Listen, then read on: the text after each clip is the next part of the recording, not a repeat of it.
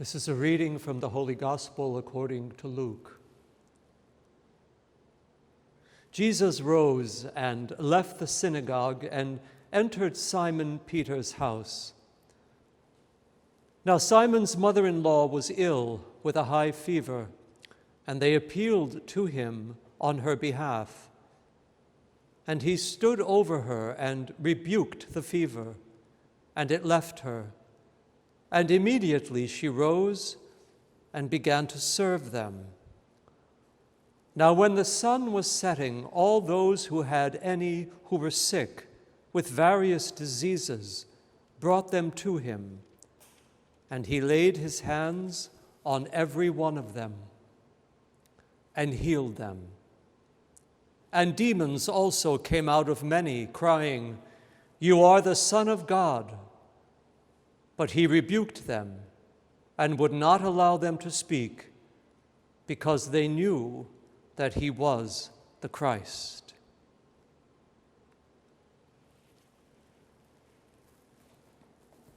In this gospel, we see the tender, healing love of Jesus. First, as he comes to the bedside of Peter's mother-in-law, and then as he moves outward at sunset among the vast crowds of people who have come to him for healing. Peter's mother-in-law is mentioned not only in Luke's gospel, but also in Matthew and Mark, where we hear that Jesus took her by the hand. He took her by the hand, and she was instantly healed.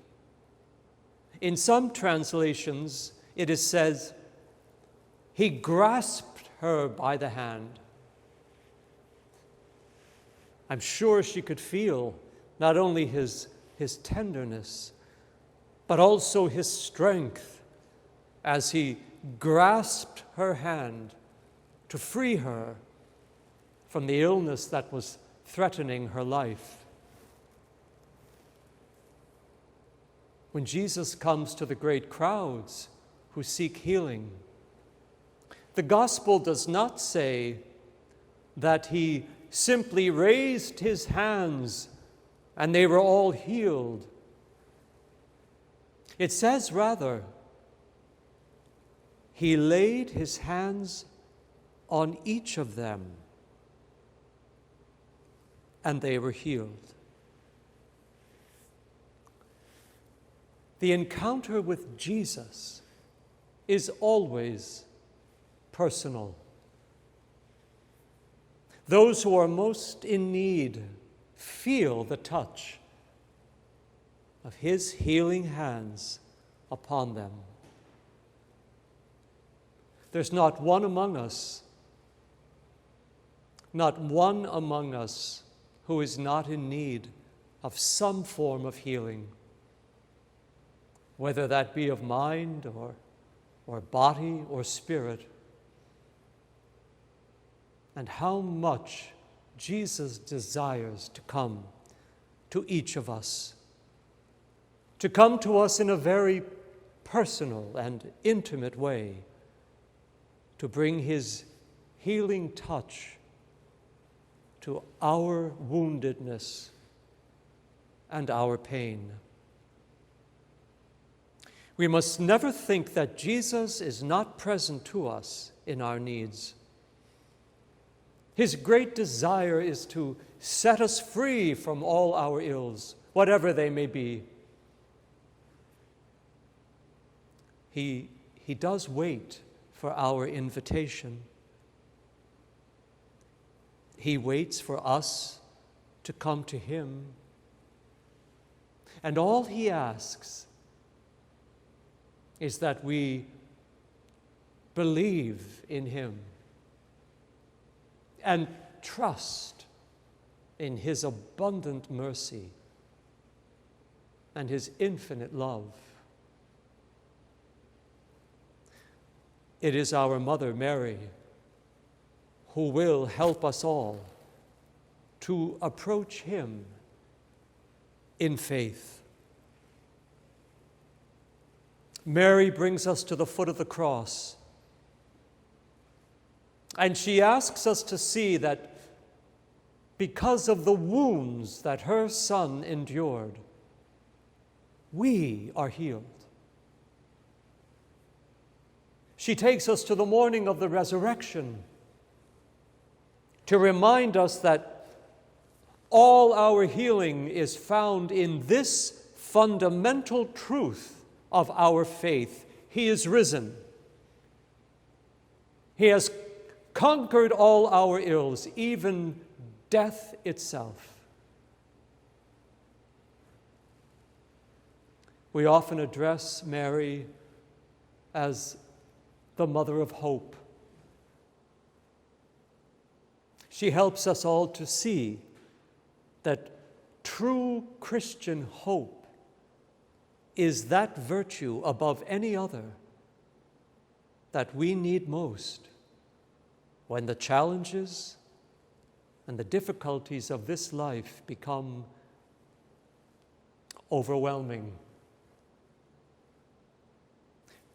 Christian hope is that virtue that sustains us when we find ourselves wounded, broken, in pain. Mary is the mother of hope because it is she who reminds us that as Christians, our hope is in her Son, Jesus. And she tells us, all will be well, my children. All will be well, for we walk this journey of life together. My Son is with you, and I am with you, she says. No matter what circumstances may come in this life, all will be made well. How blessed we are to be children of Mary. How blessed we are to be given the assurance of her love. May we always remain under the mantle of her motherly protection, for she will then bring us by the hand